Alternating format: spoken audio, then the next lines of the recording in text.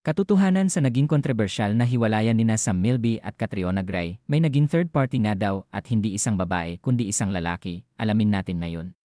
Hiwalayan nina Sam Milby at Catriona Gray naging usap-usapan dahil nga sa hindi naging malinaw ang naging rason ng kanilang pagtuldok nga ng kanilang relasyon.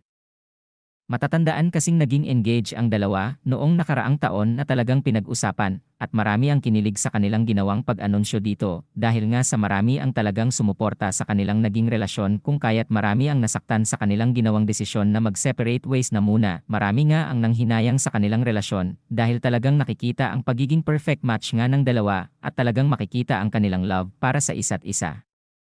Maraming joyful moment din silang pinagsaluhan, ngunit noong nakaraang buwan ng Pebrero, mayon lamang taon na ito, ay biglang nagbura na lamang si Miss Universe Catriona Gray ng kanilang mga naging engagement photos ni Sam Milby na ikinabigla ng nakararami at talagang napatanong kung ano ang nangyari at bakit biglang nawala nga sa kanilang mga accounts ang engagement photos nila.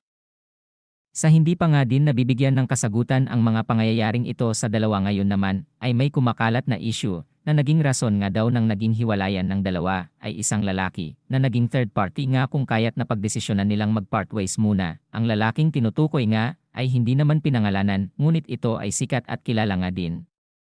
Saad pa nga dito ay naging karelasyon nga daw ito ni Sam Milby at ang mga kumakalat na issue na siya ay Becky ay mukhang totoo nga.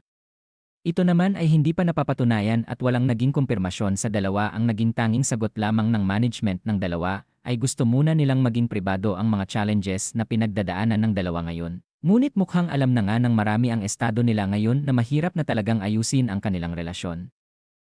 At minabuti na nilang tuldukan na lang. Sa ngayon naman ay nakikita ang dalawa na magkasama, ngunit talagang for publicity appearances na lang talaga nagiging professional naman sila at inaming sila naman ay magkaibigan ngayon.